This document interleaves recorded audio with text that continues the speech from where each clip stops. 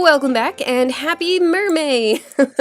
Yeah, I know I'm like 2 weeks late into making this Mermay video. So I initially wanted this video to come out on the 7th, and I had the idea of making a video with the first 7 illustrations that I had created for Mermay, but that didn't work out. I actually fell behind on Mermay. Big surprise. And I ended up only doing a couple illustrations instead, and when it came to editing the video, I simply ran out of time. But now let's talk about my mermaids. This year I decided to follow a prompt list by Ali Wanders a Lot, and she was actually a new artist that I discovered on Instagram when I was just really looking for prompts for Mermay. I thought it was strange that this year pretty much none of the artists that I was following was actually doing a prompt list. So I decided to look one up, and I found this one, which was so right up my alley, because Ali Wanders a Lot did a sweet treats prompt list for Mermay this year. And the illustration that you see me working on right now is the number 1, which was Cupcake. So I was really excited about this prompt list, and there was a lot of really cute treats in here that I was super excited to draw. And when it came to pairing them with the mermaids, I initially had this idea that the treat would always be resembled in the mermaid's hair. And then the thing that usually encases a treat, like when you go to a bakery and you get like a cupcake usually has a liner. And I thought that that accessory that goes with the treat could be the tail of the mermaid or whatever she's wearing, and that was my original plan. If you've seen any of my mermaid illustrations so far on Instagram, you know that I didn't stick to that plan. You'll see that later on in this video too. But so with her, I decided to pop a cherry in her hair, and I tried to make her tail look like a liner, and it didn't work out the way that I wanted to. Honestly, I'm really happy with everything this mermaid is, from like her bust up.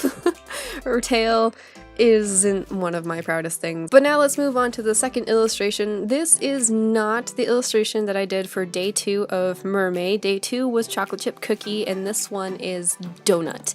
But I like the donut one a lot more than the chocolate chip cookie, although I am pretty proud of the chocolate chip cookie. And I left that video over on Instagram. I might do some process videos on Instagram for that illustration, but for now, here is the donut. I'm actually really happy with how the donut came out. This is right immediately where I kind of ventured away from my plan of making the treat the hair and the tail the whatever liner it is that you would find with this treat. And I tried everything to make it work. With the hair, I thought like, well, a donut, I could do like a filled donut because I really like Boston cream donuts. I thought that maybe I could do like a little, like the custard coming out and then the custard could be her hair, but I couldn't make any of that work, so I ended up going with this. I was like scouring Pinterest for pose inspirations and stuff like that and different kind of hairs that I could do. Speaking of the hair, this hair was a complete accident. And I just ended up loving the way that it looked. I tried to make it a little bit more fancy by putting in braids and stuff, but the hair, I love this hair, and it's one of the reasons why this illustration ended up being my favorite. So anyway, about the donut, I found this pose reference of this girl sitting in a donut floaty, and the donut floaty was it was standing up behind her, so I made the floaty the donut. Something I really wanted to try was getting better at hands, and this hand gave me so much trouble, so I ended up just kind of leaving it alone, moved on to the clothes, and did my classic trick of just hiding the hands inside of the clothes, because I'm a cheater and that's what I do. And then as for the clothes, I wanted something that would kind of fit her and the style of character that I was going for. So I found some images on Pinterest on some leather jackets and used that as inspiration to design her leather jacket. And you'll notice in the sketch I kind of included Creepy Cat on her shirt there, just because I didn't want her to be in just a blank tank. I actually ended up really liking her outfit style. I know that I cheated with her hand and I just ended up hiding it, and her pose is a little bit wonky because of that, but I like, in the end, the way that it looks. I always used to struggle with jackets in the past, and I feel like I still do struggle a lot with clothing. I'm not very creative when it comes to clothing, and it's something that I want to overcome, and a couple of things that I really want to start working on as I continue with YouTube and posting up some videos every Tuesday. I want to work more on hands, and I want to work more on outfits, because I feel like those right now are my greatest weak points in my art. I know there's definitely some other areas that I need to improve on when it comes to my art, but that's going to be my first step towards really consciously trying to improve. So now I'm going to get into the color of this illustration, and honestly, coloring this was the funnest part. I did a lot of gradients when it came to her hair and her tail, and those were just so much fun to do. I mostly blended them by hand instead of using the blending tool, and that was just so much fun to do. That is a new technique that I have learned, where I'm using I think it's it's like a chalk textured pencil brush thing.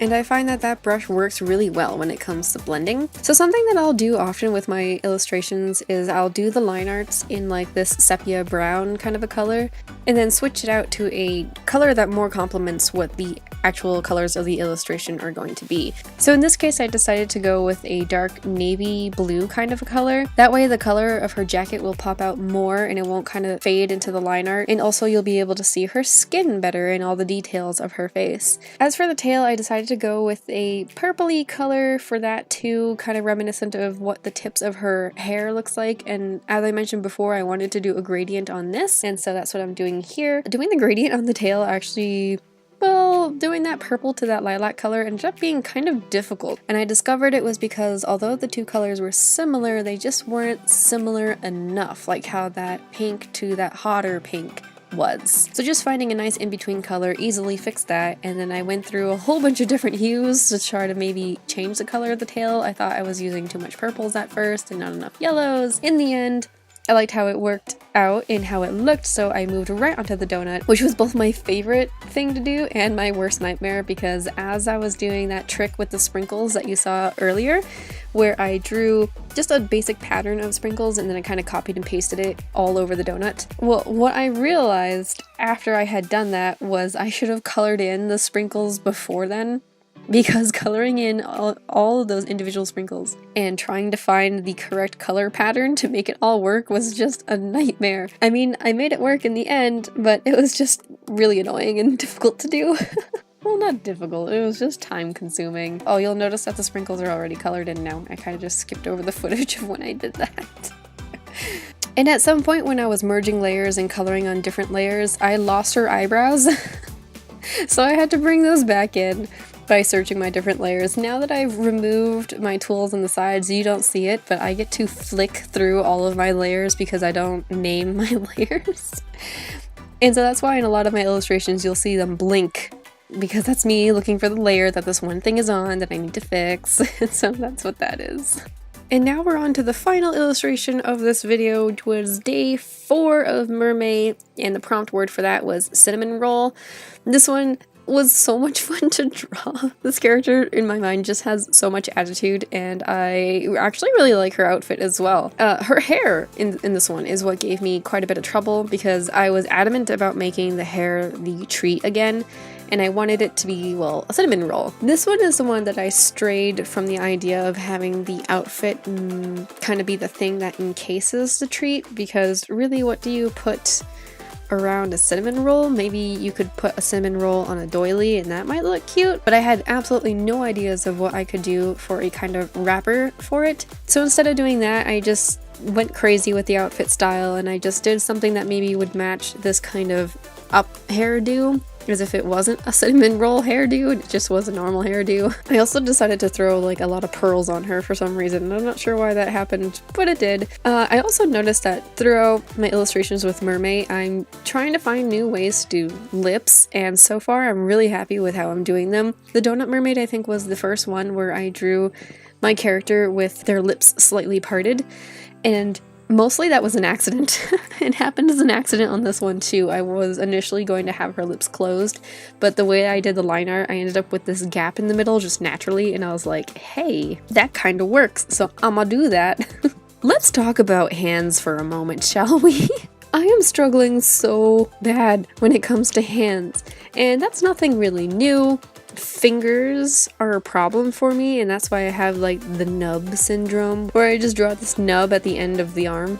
But looking back at some old chibi drawings that I had done in the past, I never used to struggle so greatly with hands and fingers. Like, I used to at least add in fingers. So that's what I was really adamant about when it came to this illustration. I wanted to add in fingers, but I was still struggling so hard with how arms work. And I know I can kind of go with whatever I want when it comes to arms and hands and such, because it's my style of art and I can do what I want with it.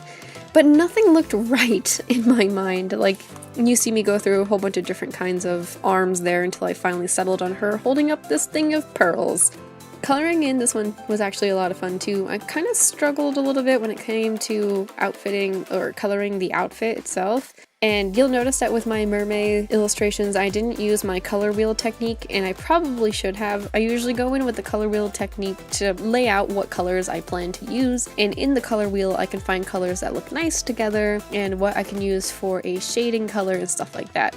But this time for Mermay, I decided just to go in and just color randomly, and just so that you know what that X is, that was just so I know what layer is blank.